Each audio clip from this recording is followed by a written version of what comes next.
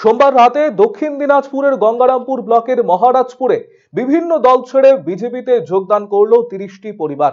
যোগদানকারীদের হাতে দলের দলীয় পতাকা তুলে দেন বিজেপির জেলা সভাপতি স্বরূপ চৌধুরী সহ অন্যান্য নেতৃত্ব। ফলে আসন্ন লোকসভা নির্বাচনের আগে এলাকায় বিজেপির সংগঠন অনেকটাই শক্তিশালী হলো বলে মনে করছে বিজেপি। প্রসঙ্গত আগামী 26শে এপ্রিল দ্বিতীয় দফায় বালুরঘাট লোকসভা কেন্দ্রের নির্বাচন।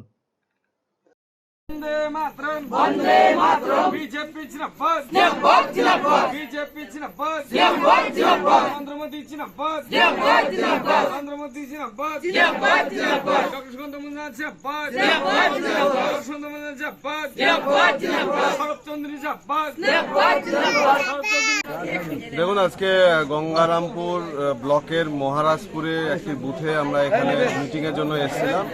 তো এখানে কিছু তৃণমূলের লোক এখানে উপস্থিত হয়েছেন। তারা বলেছেন যে তৃণমূল একটি খারাপ দল এবং মানুষের উপর অত্যাচার করে।